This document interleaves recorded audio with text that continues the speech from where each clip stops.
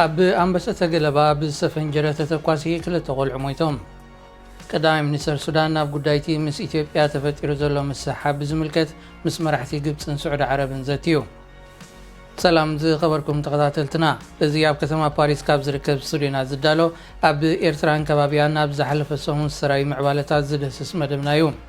ኣብ ናይ ሎሚ ትሕሶና ብተወሳኺ ሰራዊት ኤርትራ ኣብ ትግራይ ማይ ወይኒ ዝተባሃለት ቁሸት ልዕሊ 80 ሰላማውያን ሰባት ከም ዝቀተለ መደበር ቴሌቪዥን ስካይ ኒውስ ኣቃሊዓ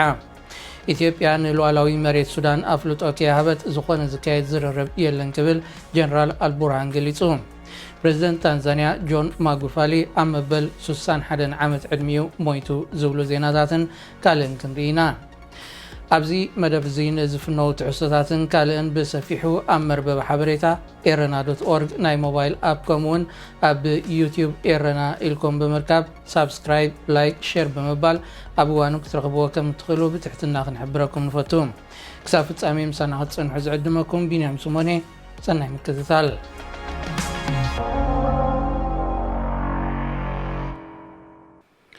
ኣብ ኤርትራ ከባቢ ሰንዓፈ ብትርከብ ኣምባሳደ ገለባ ዝተባሃለት ዓዲ ብዝተፈንጀረ ተተኳሲ ባታ ክልተ ቆልዑ ክሞቱን ከለዉ ኣብ ሳልሳይ ቆልዓ ድማ ኣካላዊ ጉድኣት ኣብፅሑ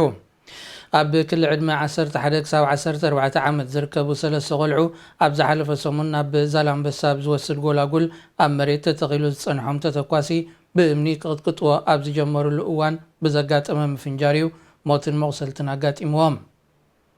ሓደ ካብቶም ቆልዑ ሽዑ ንሽዑ ክመውት እንከሎ እቲ ካልኣይ ድማ ኣብ ሆስፒታል ሰንዓፈ ምስ በፅሐ እዩ ሂወቱ ሓሊፉ እቲ ሳልሳይ ሓንቲ ኢዱ ተቆሪፁ ሕክምናዊ ክንክን ይካየደሉ ምህላው ቤተሰቡ ንሬድዮ ኤረና ሓቢሮም እዚ ከምዚ ኢሉ እንከሎ ኣብ ከባቢ ዛላንበሳ ብዘጋጠመ ምፍንጃር ነታ ጉንተ ተተኮስን እውን ኣብ ህዝቢ ጉድኣት የውርድ ከም ዘሎ ነዚ ሓበሬታ ዝላኹ ምንጭታት ሬድዮ ኤረና ኣመልኪቶም ኣብቲ ህይወት ሰባት ኣብ ሓደጋ እቲ ዘሎ ከባቢታት ኣምባሳደ ገለባን ዛላንበሳን ህዝቢ ክለልዮን ክጥንቀቕን ዝሕብር ምልክታት ብመንግስቲ ኤርትራ ተተኺሉሉ ከም ዘሎን ስድራ ቤታት ንደቆም ናብቲ ሓደገኛ ተባሂሉ ተለልዩ ዘሎ ከባቢታት ካብ ምንቅስቓስ ከወግዱን ክመኽሩን እቲ ሓበሬታ ብተወሳኺ ኣገንዚቡ ኣብ ትግራይ ልዕሊ 70 ሚታዊ ትካላት ጥዕና ከም ዝተዘምተን ገሊኡ ድማ ከቢድ ዕንወት ከም ዝወረዶን ሓካይም ብዘይዶብ ዝተባሃለ ኣህጉራዊ ትካል ገሊጹ እቲ ኣብ ትግራይ ሕክምናዊ ሓገዛት ዘካይድ ዘሎ ኣብ ስዊዘርላንድ ዝመደበሩ ኣህጉራዊ ትካል ኣብ ዘቕርቦ ፀብጻብ ኣብቲ ክልል ተዘዋዊሩ ዝተዓዘበን 106 ትካላት ጥዕና ተን 13 ሚታዊ ጥራይ ብግቡእ ይሰርሓ ከም ዘለዎ ኣፍሊጡ ኣብ ትግራይ ብ4 ሕዳር 2020 ኩናት ድሕሪ ምውልዑ ብሰራዊት ኤርትራን ምልሻታት ኣምሓራን ዝተደገፈ ሰራዊት መንግስቲ ኢትዮጵያ ንዝበዝሓ ከተማታት ኣብ ትሕቲ ቁፅፅር ከም ዝኣተዋ ድሕሪ ምግላፅ እዩ ኣብ ትካላት ጥዕና ዝምታን ዕንወትን በፂሑ ዘሎ መንግስቲ ኢትዮጵያ ዛጊት ብዛዕባ እቲ ኣብ ትግራይ ኣብ ሆስፒታላትን ማእከላት ጥዕናን ተፈፂሙ ዘሎ ከቢድ ናይ ትሕቲ ቅርፂ ዕንወትን ዝምታ ናይ ሕክምና ኣቑሑትን ዝርዝራዊ ፀብጻብ ኣይሃበሉን ኣብ ትግራይ ኣብ ትካላት መንግስቲ ይኹን ንብረት ህዝቢ ዝተፈፀመ ስርቂ ዝምታን ወሪዱ ዘሎ ዕንወትን ዝበዝሐ ክፋሉ ብሰራዊት ኤርትራን ምልሻታት ኣምሓራን ይፍፀም ኣሎ ክብሉ ዝተፈላለዩ ወገናት ክወቕሱ ፀኒሖም እዮም ናብ ክልል ትግራይ ህፁፅ ሰብኣዊ ሓገዛት ከኣቱ ተደጋጋሚ ፃውዒታት ዘቕርባ ዘለዋ ኣሜሪካ ሕብረት ኤሮጳ ሕቡራት ሃገራትን ካልኦት ኣህጉራውያን ትካላትን ኣብቲ ክልል ተፈፂሙ ብዛዕባ ዝበሃል ዘሎ ዓሌት ናይ ምፅናትን ካልእ ገበናት ኩናትን ብናፃ ኣህጉራዊ ኣካል ክትፃረይ ሓታ ነዚ ንምትግባር ከም ቀዳማይ ስጉምቲ ክወሰድ ዘለዎ ድማ ሰራዊት ኤርትራን ምልሻታት ኣምሓራን ካብ ትግራይ ምውፃእ ምዃኑ ኣሜሪካ ትገልጽ ኣህጉራዊ ማዕከም ቆልዑ ዩኒሴፍ ኣብ ኤርትራ ብዘካይዶ ዘሎ ዝተፈላለየ መደባት ክውዕል ካብ ዝሓተቶ ልዕሊ 18 ሚልዮን ዶላር ኣሳትፍር ጥራይ ምርካቡ ፍሊጡ እቲ ኣካል ሕቡራት ሃገራት ዝኾነ ትካል ክሳብ 3 ለካቲት 2021 ኣብ ዝነበረ ግዜ ካብ ዝሓተቶ ሓገዝ 44 ሚታዊ ጥራይ ከም ዝረኸበ ይጠቒሱ ምስ ለበዳ ኮሮና ቫይረስ ተተሓሒዙ ሃገራት ባጀተን ይኹን ዝምውልኦ መደባት ይቀያይራ ምስ ምህላወን ሓደ ካብቲ ምክንያት ክኸውን ከም ዝኽእል ኣስሚሩሉ ዩኒሴፍ ኣብ ኤርትራ ብዓፀቦን ዋሕዲ መኣዛዊ መግብታትን ዝተጠቕዑ ህፃናትን ኣዴታትን ኣብ ምርዳእ ናይ ቆልዑ ኣገደስቲ ክታበት ኣብ ምውሓስን ዝኣመሰለ መደባት ኣብ ምክያድ ይርከብ እንተኾነ እቲ ዘካይዶ ዘሎ ናይ መሰረታዊ ጥዕና መደባት ማዕረ እዚ ንዓለምና ሻቂልዋ ዘሎ ለበዳ ኮሮና ቫይረስ ኣገዳሲ ስለ ዝኾነ መወልቲ ሃገራት ሓገዘን ከበርክታ ተማሕፂኑ ኣብ ትግራይ ቸልብ ዝተባሃለት ቁሸት ብሰራዊት ኢትዮጵያ ናይ ዝተረሸኑ ዓሰርታት ሰላማውያን ሰባት ጋሲ ከም ዘሎ መደበር ቴሌቪዥን ስካይ ኒውስ ኣቃሊዓ። ነበርቲታ ቁሸት ነታ መደበር ቴሌቪዥን ኣብ ዝሃቦ ቃል ኣብ ቸሊ ብሓፈሻ 180 ነበርቲ ክቕተሉ እንከለዉ ገለ ካብኦም ኣብ ቤተ ክርስቲያን ብእኩብ ዝተቐብሩ እዮም። እቶም ዝበዝሑ ግና ኣብ ጋሲ ከም ዝኣተዉ እቶም ነበርቲ ኣነፂሮም። ካብ ከተማ መቐለ ንደቡብ ርሒቓ በትርከብ ቁሸት ቸሊ ኣብ መፋርቕ ወርሒ ለካቲት ኣብ መንጎ ሓይልታት ትግራይን ሰራዊት መንግስቲ ኢትዮጵያን ድሕሪ ዝተኻየደ ደማዊ ኩናት ሰራዊት መንግስቲ ነበርቲታ ቁሸት ንሰራዊት ትግራይ ደጊፍኩም ብዝብል ክሲ ሰላማዊ ህዝቢ ብኣልማማ ከም ዝረሸነን ነታ ዓዲ ድማ ከም ዘቃፀላን ነበርቲ ብምረት ገሊፆም። ናብ ጊጀት ማይ ወይኒ ቸሊን ካልእ ቁሸታትን ክበፅሕ ዝኸኣለ ጋዜጠኛ ናይታ መደበር ቴሌቪዥን ናብ ዘቕረቦ ፀብጻብ ኣብ ሓያሎ ቁሸታት ብሰራዊት ኢትዮጵያን ኤርትራን ተመሳሳሊ ቅትለትን ካልእ ግፍዕታትን ከም ዝወረደ ይፀብፂቡ። ሰራዊት ኤርትራ ብ23 ለካቲት ማይ ወይኒ ዝተባሃለት ቁሸት ኣሳት 80 ሰላማውያን ሰባት ከም ዝቐተለውን ነበርቲታ ቁሸት ሓቢሮም። ኣብ ትግራይ ብሰራዊት ኤርትራ ሚሊሻታት ኣምሓራን ሰራዊት መንግስቲ ኢትዮጵያን ዓሌት ናይ ምጽናት ገበናት አንጻር ሰብኣውነት ከምኡውን ገበናት ኩናት ከም ዝተፈጸመ ዝገልጸሉ ዘሎ ኣህጉራዊ ማሕበረሰብ ብናፃ ኣካል ክጻረን ጋዜጠኛታት ድማ ናብቲ ገበን ዝተፈጸመሉ ከባቢታት በፂሖም ፀብጻባት ከቕርቡ ፃውዒት የቕርብ ኣሎ።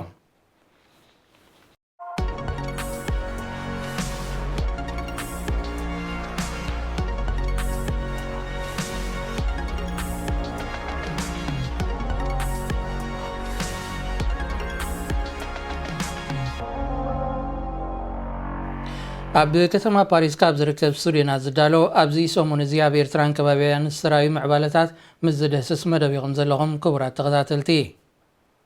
ቀዳማይ ሚኒስተር ሱዳን ዓብደላ ሓምዶክ ካብ ስዑድ ዓረብ ወግዓዊ ናይ ስራሕ ምብፃሕ ፈፂሙ። እቲ ቀዳማይ ሚኒስተር ብ9 መጋቢት ኣብ ሪያድ ኣብ ዘካየዶ ምብፃሕ ምስ ወራስ ዓራትን ላዕለዋይ ወተሃደራዊ ኣዛዝን ስዑድ ዓረብ መሐመድ ቢን ሰልማን ብምርቓብ ኣብ መንጎ ክልቲአን ሃገራት ዝፀንሐ ናይ ቁጠባ ምትሕግጋዝ ንምሕያሉ ዘትዮም። ስዑድ ዓረብ ብዘይካዚ ካብ 2019 ኣትሒዛ ንሱዳን ዝተመባፅዓቶ ናይ 1.5 ቢልዮን ዶላር ልቓሕ ኣብታ ኣብ ቀርኒ ኣፍሪቃ ትርከብ ሃገር ናይ 3 ቢልዮን ዶላር ወፍሪ መዲባ ምህላዋ ድሕሪ ዝውዕደት ተገሊጹ። ብዘይካዚ ክልቲኦም መራሕቲ ኣብቲ ምስ ኢትዮጵያ ተፈጢሩ ዘሎ ደባዊ ምስሓብን ኣብ ምርዳእ ከብፅሖም ዘይከኣለ ጉዳይ ናይሎም ብዝምልከት ተመያይጦም። ናይ ስዑድ ዓረብ ዑደቱ ኣብ ካልኣይ መዓልቱ ዝዛዘመ ቀዳማይ ሚኒስተር ዓብደላ ሓምዶክ ንፅባሒቱ ናብ ግብፂ ይምሪሑ።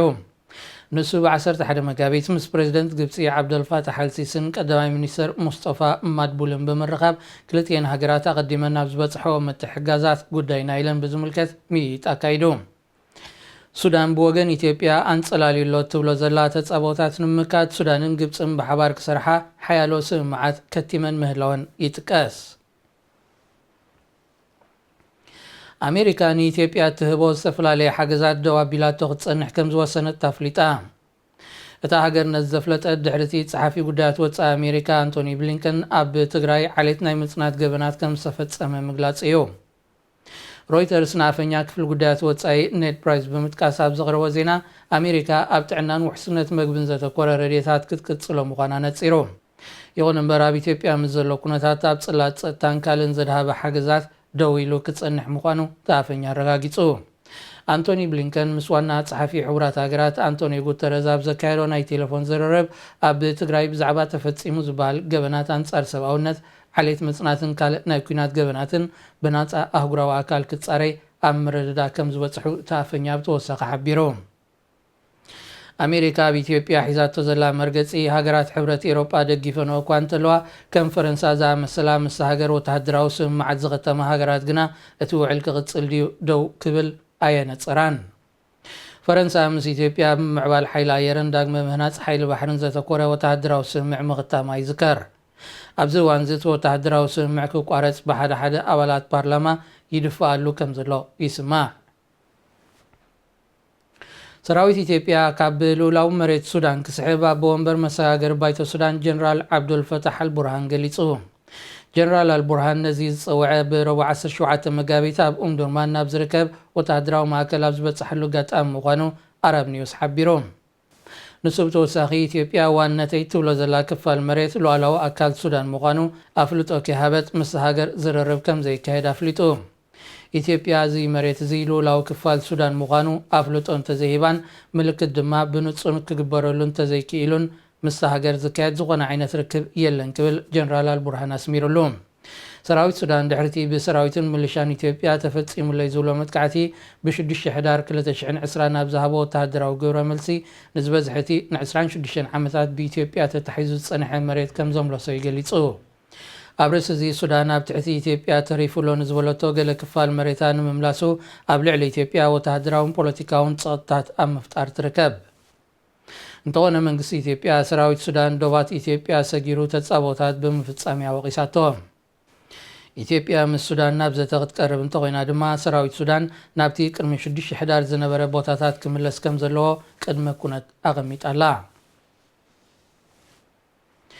ፕሬዚደንት ታንዛኒያ ጆን ማጉፋሊ ኣብ መበል 61 ዓመት ዕድሚኡ ብሰንኪ ሕማም ልቢ ከም ዝሞተ መንግስቲ ሃገር ኣብ ዘውፅኦ መግለፂ ኣፍሊጡ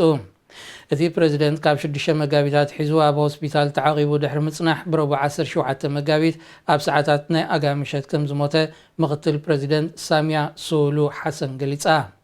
እቲ ፕሬዚደንት ነሳት 10 ዓመታት ብሕማም ልቢ ክሳቐ ከም ዝጸንሐ ዘፍለጠ መንግስቲ ሃገር ንክልተ ቅነ ዝጸንሕ ናይ ሓዘን መዓልታት ኣዊጅሎ ካብ 2015 ሒዙ ብዲሞክራሲያዊ ምርጫ ናብ ስልጣን ዝመፀ መበል 5ይ ፕሬዚደንት ታንዛኒያ ጆን ማጉፉሊ ብሕማም ኮቪድ ከም ዝተጠቕዐ ክግለጽ ጸኒሑ እዩ